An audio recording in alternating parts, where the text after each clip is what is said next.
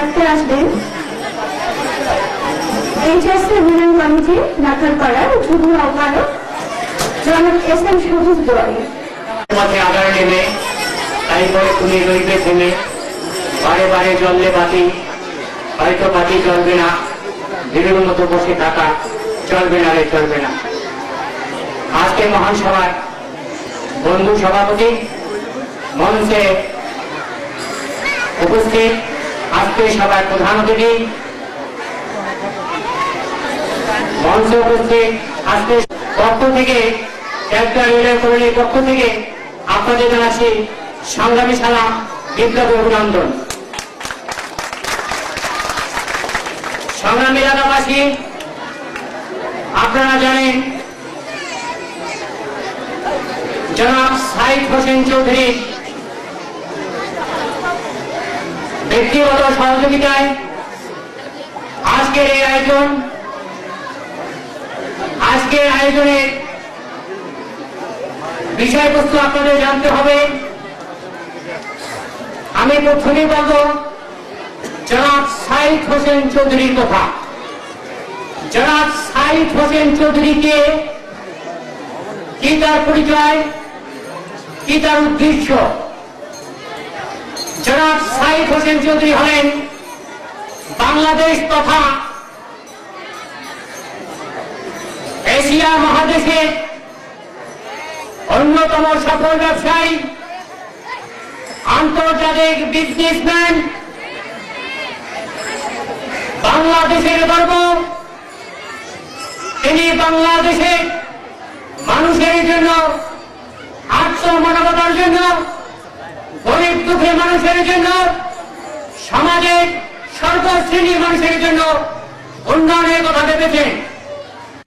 নিষ্কাশন যে ব্যবস্থা করেছেন তার একটি উজ্জ্বল দৃষ্টান্ত।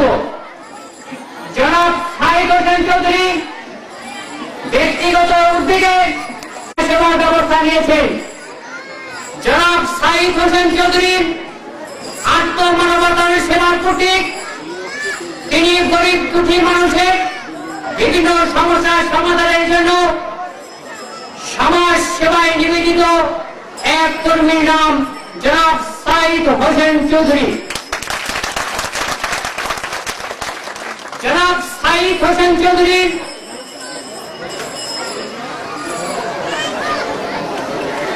তার সম্পর্কে আরো আপনাদের জানার প্রয়োজন আছে। তিনি বাংলাদেশে 2 কোটি বেকার সমস্যার সমাধানের জন্য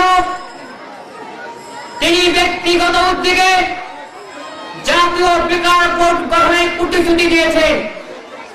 সেই বেকার বোর্ডের মাধ্যমে বাংলাদেশের সুষ্ঠু সমাধান করবেন।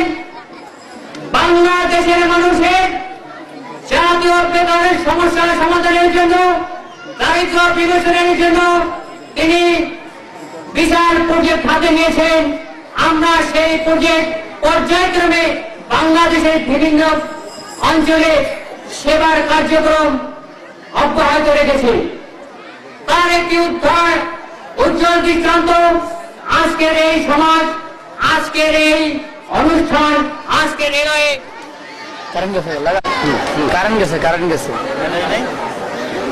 আজকে এই রেলওয়ে কলোনির যিনি উদ্যোক্তা, যিনি আমাদের এই অনুষ্ঠানে সার্বিক সহযোগিতা করছেন, সেই মহান ব্যক্তি জনাব সাইদ হোসেন চৌধুরীর সম্পর্কে বিস্তারিত আলোচনা করবেন আজকের অনুষ্ঠানের সম্মানিত সভাপতি, সম্মানিত প্রধান অতিথি, সম্মানিত বিশেষ অতিথি। এরা এইচএসসি ওয়েলফেয়ার ট্রাস্টের নির্বাহী কর্মকর্তা বৃন্দ বিস্তারিত তার প্রজেক্ট সম্পর্কে খোলামেলা আলোচনা করবে। বক্তব্য দীর্ঘায়িত করব না, আমাদের একটি উদ্দেশ্য আছে, আমরা সেটা আপনাকে অবহিত করলাম এবং আপনাদের জানিয়ে দিলাম।